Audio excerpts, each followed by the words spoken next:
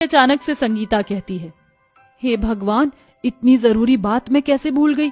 मैं अपनी तीनों नंद के लिए शादी का जोड़ा तो खरीद ही नहीं पाई, और अब तो पैसे भी बहुत थोड़े बचे हैं। बचे हुए थोड़े से पैसों को लेकर ही गरीब भाभी एक लहंगे के शोरूम में आती है, जहां उसे अपनी तीनों ननद के लिए 3 लहंगे पसंद आते हैं। ये लहंगे तो बड़े ही सुंदर हैं, इसे पहनकर मेरी तीनों नंद लाखों में एक लगेंगी। सुनिए भाई साहब, ये शादी के लहंगे कितने के हैं? एक लहंगा 30,000 का है, 3 लहंगे 90,000 के होंगे। 90,000? इतने पैसे तो मेरे पास अभी नहीं है।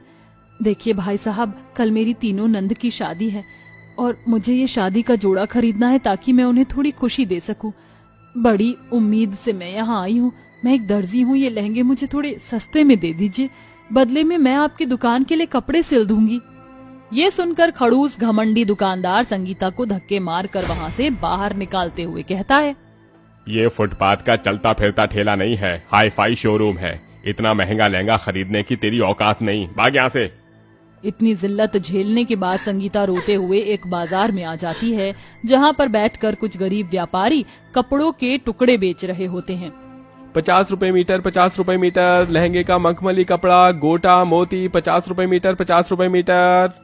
मैं तो खुद एक दर्जी हूँ, अपनी तीनों नंदों की शादी का जोड़ा खुद ही सिल सकती हूँ। शुक्रिया भगवान, मुझ गरीब दर्जी भाभी को ये रास्ता दिखाने के लिए।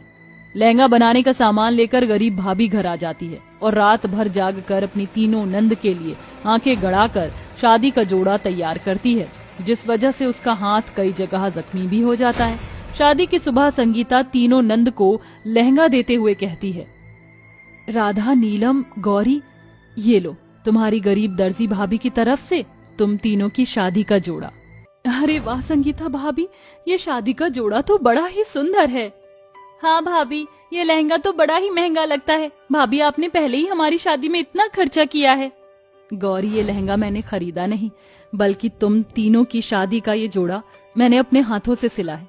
चलो अब जल्दी से ये शादी का जोड़ा पहनकर तैयार हो जाओ, बारात आती ही होगी।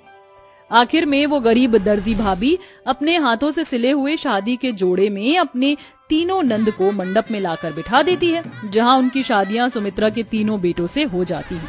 विदाई के वक्त संगीता की तीनों ननद उसके गले लगकर बहुत रोती हैं।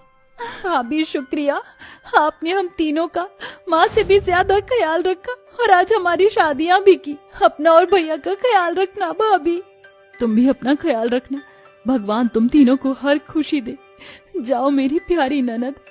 संगीता ने अपनी तीनों ननद के लिए सिले सुंदर शादी के जोड़े के बाद से उसे बहुत सारे लहंगे सिलने के ऑर्डर आने लगते हैं, जिसके बाद बहुत जल्द संगीता अपने हाथों के हुनर और मेहनत से अपनी गरीबी भरी जिंदगी को भी ठीक कर लेती है।